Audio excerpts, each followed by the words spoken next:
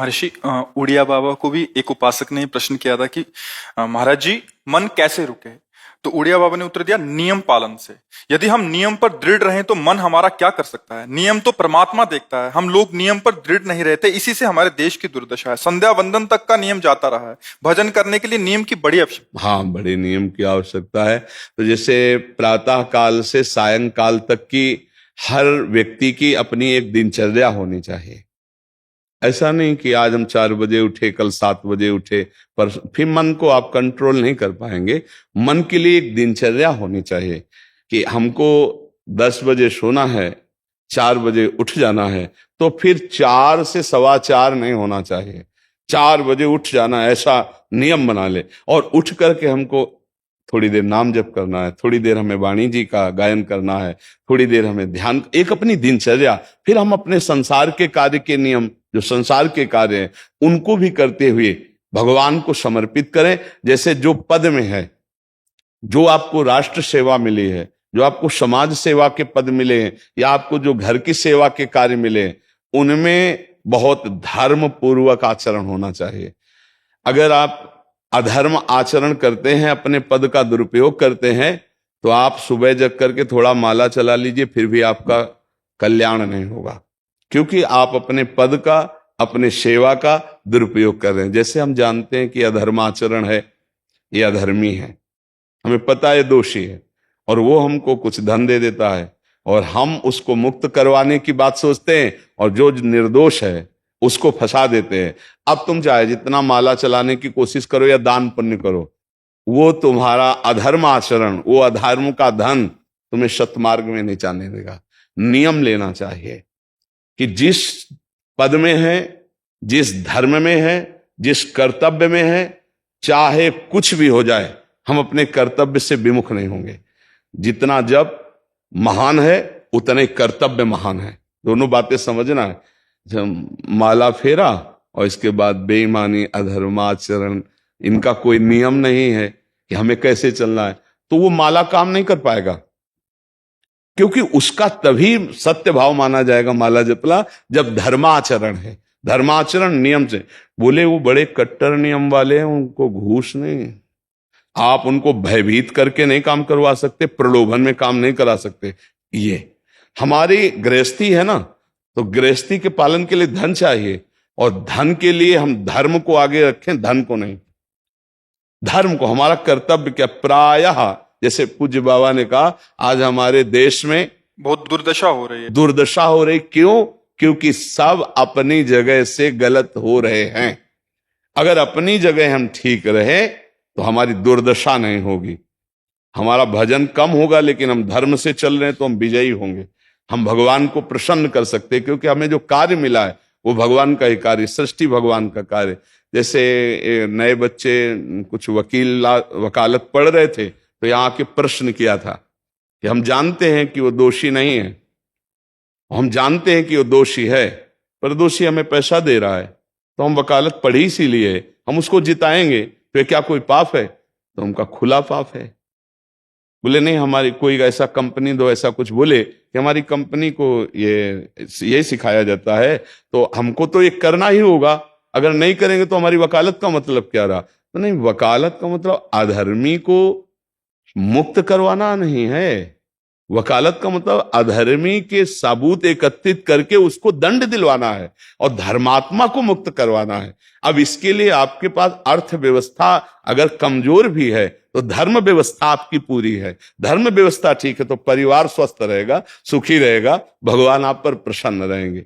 अच्छा, फिर हमने तर्क रखा कि जैसे आपकी बहन के साथ कोई गलत व्यवहार करे, आपको पता है, और वो आपको 10 लाख रुपया घूस दे, तो क्या आप उसका पक्ष लेंगे? नहीं। तो फिर दूसरी बहन के साथ किया है। अब यहां विचार करना है ना, अपने भाई का अगर कत्ल किए हो, मुझे पता हो कि ये दोषी है, तो क्या हम पैसे से उसको मुक्त करने देंगे? लगेगा कि जान की बाजी लगा देंगे, और तुम्हें हम ऐसे ही एक गरीब आदमी की किसी ने हत्या की है, तो आपका पक्ष बनता है। पर यह ज्ञान कहां मिलेगा? बिना अध्यात्म के ज्ञान तो मिलेगा नहीं। ज्ञान तो इस बात का मिला कि कैसे पैसा कमाया जाए। अच्छा, वो पैसा यदि अधर्म से आया है तो आपकी दुर्दशा कर देगा, आपकी बुद्धि भ्रष्ट कर देगा। तो जो बाबा कह रहे हैं कि आज हमारे समाज की बड़ी दुर्दशा हो रही, उसका कारण यही है कि हमें अध्यात्म का ज्ञान नहीं, हमें धर्म का ज्ञान नहीं, और बड़ी बड़ी गलतियां हो जाती है। बिल्कुल पता है आदमी निर्दोष है और हम धन के प्रभाव से उसको दंड दे देते हैं। वो दंडा भगवान जब आपको पलट कर देंगे तो आप सह नहीं पाओगे, उसका परिणाम बहुत बुरा होता है। तो इसलिए समाज को चाहिए अपने अपने कर्तव्य का पालन करते हुए एक नियमावली बना ले। जैसे कुछ दुकानों का नियम होता है कि वहां फिक्स रेट होता है, नहीं होता? वहां ये नहीं चलेगा कि कसम से कहते हैं कि तुम्हें हम अपना जान करके कि 100 रुपया मीटर ये मिला है, हम बिल्कुल मुनाफा नहीं ले रहे। नहीं, झूठ क्यों बोल रहे हो? दुकान खोले हो मुनाफा के लिए, झूठ क्यों बोल रहे हो? नहीं लेंगे मुनाफा, हम जितने का लाए हैं उससे मुनाफा लेंगे, पर 120 रुपया मीटर देंगे, कपड़ा बढ़िया है, नाप फिट है, इससे नीचे नहीं उतरेंगे, हमें सफाई देने की जरूरत नहीं है कि हम कसम खाते हैं या ऐसा। हम जानते हो ये बिजली है, दुकान है, नौकर लगे हैं, तो इसका मुनाफा लेने के लिए दुकान खोलें, कोई दान करने के लिए तो नहीं। तो सबको पता है मुनाफा लेगा, लेकिन एक फिक्स दाम, उससे 10-20 रुपया का मुनाफा लेकर के हम उसको बेच रहे हैं। लेकिन झूठ क्यों बोले? बोले झूठ के बिना धंधा नहीं चलता। नहीं, ऐसा नहीं है। अब असत्य बोलोगे तो उससे जो आपको मुनाफा मिलेगा वो आपकी बुद्धि भ्रष्ट करेगा, और सत्य है कि मुनाफा के लिए है वही चीज, और आप एक फिक्स रेट में दे रहे, बढ़िया है। अब अगर आप कोई मिलावट करके भोजन सामग्री दे रहे हैं, आपको पता है, तो जो खाने वाले के हृदय में बैठे हुए भगवान हैं वो तुम्हारे जीवन में मिलावट कर देंगे, तुम्हारा जीवन महान दुखमय हो जाएगा। ये कहां समझा जाता है? एक आदमी सिंथेटिक दूध बना रहा है, उससे कहो ये अपने बच्चे को पिला, नहीं पिलाएगा। फिर ये दूसरे का बच्चा जब पिएगा तो उसकी हालत क्या होगी? दूसरे शरीर में जाएगा तो हालत क्या होगी? वो केवल धन की बुद्धि रख रहा है। एक आदमी घी में केमिकल मिला रहा है, एक ऐसे अभक्ष पदार्थ मिला है, वो स्वयं नहीं खाएगा, लेकिन वो होटलों में भेजा जाएगा, हजारों लाखों लोग खाएंगे, बीमारी बढ़ेगी, उसको रुपया से मतलब है। ये चीज, ये दुर्दशा हर जगह धर्म का ज्ञान न होने के कारण फैल रही, नहीं फैल रही। एक मरीज बीमार है, असली दवाओं में पैसे ज्यादा है, नकली दवा लेकर के असली के दाम में बेच देना, उसको बिल्कुल फायदा ना होना। लेकिन परमात्मा देख रहा है, तुम जानते हो नकली दवा है, वो तो नहीं जानता बेचारा, ज्यादा पढ़े लिखे नहीं, किसान आदमी गांव का आया है, तुमने दे दिया और उसने पैसा दिया असली के। अब वो पैसा तुम्हारी बुद्धि भ्रष्ट करेगा, तुम्हारे परिवार में कलह पैदा करेगा और तुम्हारा पतन कर देगा। ऐसे हर डिपार्टमेंट में, हर विषय में यदि हम अपने धर्म से चले, अपने सत्य से चले, और थोड़ा भी भजन होगा, वो आपको उत्तम गति प्रदान करेगा। पर ऐसा कहां समझ में आ रहा? अध्यात्म के बिना भला ऐसा समझ में आएगा? तो इसीलिए कह रहे हैं हमारे देश की दुर्दशा हो रही। पूर्वजों में पहले यह था कि हमारा धर्म नहीं जाना चाहिए चाहे प्राण चले जाएं, हमारा चरित्र नहीं जाना चाहिए चाहे सर्वस्व नष्ट हो जाए। आज इसकी कोई परवाह नहीं, तो उसी से बुद्धि भ्रष्ट हो जाती है, जीवन एक पशुवत आचरण वाला हो जाता है, और वो अपने को बड़ा सुखी समझने लगते हैं कि हमारे पास बड़ा वैभव है। लेकिन प्यारे, उस दिन को याद करो जिस दिन तुम्हारा आखिरी समय होगा, ना तुम्हारा फार्म हाउस जाएगा, ना महल तुम्हारा जाएगा, ना बैंक बैलेंस जाएगा, ना कोई व्यक्ति, और ना ये शरीर। अब तुम्हारे कर्म तुमको भोगवाएंगे। उस समय की कौन याद करता है? अगर उस समय की याद हो तो भय लग जाए कि नहीं नहीं, पाप नहीं करूंगा, क्योंकि जाना है यहां से। अच्छा, कब जाना है कुछ पता नहीं, किसी भी समय ट्रांसफर हो सकता है इस शरीर से। तो हमें लगता है कि महापुरुषों के जो वचन है कि हमें एक नियम से जीवन जीना चाहिए, धर्म पूर्वक जीवन जीना चाहिए, अपने कर्तव्य का पालन करना चाहिए। जो हमारे लिए कर्तव्य, आज प्रायः धन प्रधान बुद्धि होने के कारण कर्तव्य स्वाहा हो रहा है। एक विद्यालय में विद्यार्थी के लिए जो गुरु पद में बैठा है, उसका क्या कर्तव्य है? वो अपने कर्तव्य को भूला हुआ है। भला छोटे छोटे विद्यार्थियों को, जिनकी नींव पूरे राष्ट्र सेवा में, समाज सेवा में बन सकते हैं, अगर उनको हम सही शिक्षा नहीं दी तो उनका पूरा जीवन बर्बाद हो जाएगा। अगर उनको हम गलत सपोर्ट कर दिए तो उनका पूरा जीवन बर्बाद, क्योंकि नया जीवन है। और जगह जगह अपने अपने कर्तव्यों का यदि पालन किया जाए तो पूरा समाज सुखी हो जाए। लेकिन कर्तव्यहीनता आ रही, कोई अपने कर्तव्य को नहीं समझ रहा है।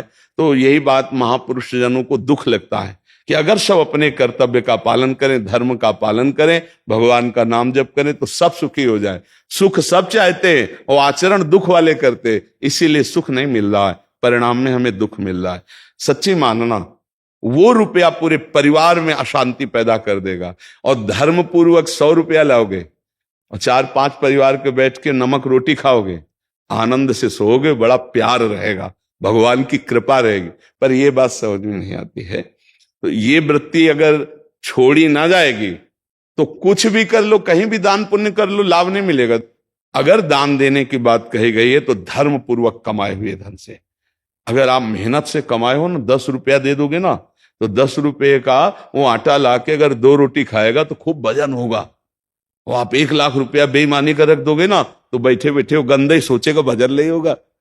उसका गंदा सोचना और आपका गंदा करना दोनों मिल करके, उसके कारण भी तो आप बने ना, तो आपका ही पतन हो जाएगा। उसको तो भगवान बचा लेंगे क्योंकि भगवान की शरण में। तो मुझे लगता है अधर्म के धन से कभी किसी को लाभ नहीं मिलता। तो अपने कर्तव्य का पालन करते हुए यदि नाम जप किया जाए तो बहुत जल्दी हमको लाभ प्राप्त हो जाए।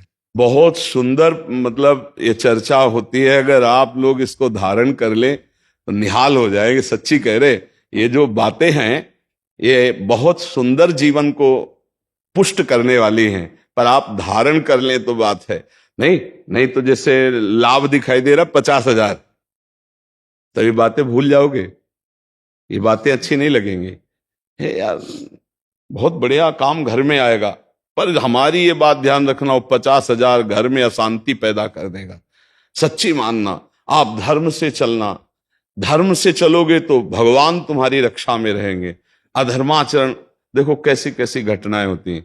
बढ़िया कार है, फिल्मी गाना लगाए चल रहे हैं, और वो एक्सीडेंट हुआ, आग लग गई, बाहर निकल ही नहीं पाए, वो अंदर ही जल गए। क्या हुआ? ये करोड़ों रुपए की कार भूंज दिया तुमको अंदर ही बैठाल के, धू धू करके आग लग गई, अंदर जल। ऐसे जलना चाहते हो या भगवान के आनंद में चिंतन करके शरीर छोटे हो फिर दाह संस्कार हो ऐसे कि सब लोग भगवान के नाम का कीर्तन करते ही जा रहे, फिर आपका अंतिम संस्कार वहां जीवित जल गए? क्या हो सकता है? एक एक पल तुम्हारे कर्म का हिसाब होगा, एक एक सेकंड का। ऐसे कर्म करो कि हमारा अच्छा हिसाब हो, बुरा हिसाब। ये मत समझो कोई देख नहीं रहा, वो देख रहा है जिसको हिसाब कर रहा है, वो देख रहा है। उसके लिए कोई वकील या किसी सबूत की जरूरत नहीं होती, वो सर्वांतर्यामी आपके अंदर बैठे ही देख रहा है। तो सदैव जैसे सत्संग सुन रहे हैं, तो अगर हाथ जोड़ के प्रार्थना है, थोड़ी भी बात मान लोगे तो आप सच्चे सुख के मार्ग में चलने लगोगे। नहीं तो भाई बहुत गंदी हवा चल रही है, माया की बहुत गंदगी ऐसी फैल रही, कलिकाल है ना, कि ये बातें किसी को पसंद नहीं आती। वो बात बताओ कि हम कितना रुपया कमा ले, कैसे कितने भोग भोग ले, और वो अध्यात्म में नहीं है। आपको सच धोखे में मत रहना। अध्यात्म में है, जितना आप धर्म से चलोगे उतना सुखी होगे, और लोक में है जितना धन मिल जाएगा उतना सुखी माना जाएगा। लेकिन वो सुख नहीं है, वो चंद मिनट के लिए हाइलोजन की तरह जलेगा, फ्यूज हो जाएगा। और धर्मात्मा दीपक की तरह जलेगा, पर बहुत काल तक चलता रहेगा। इन बातों का चिंतन कीजिए, खूब नाम जप कीजिए और भगवान के भरोसे रहिए, गंदे आचरण मत कीजिए।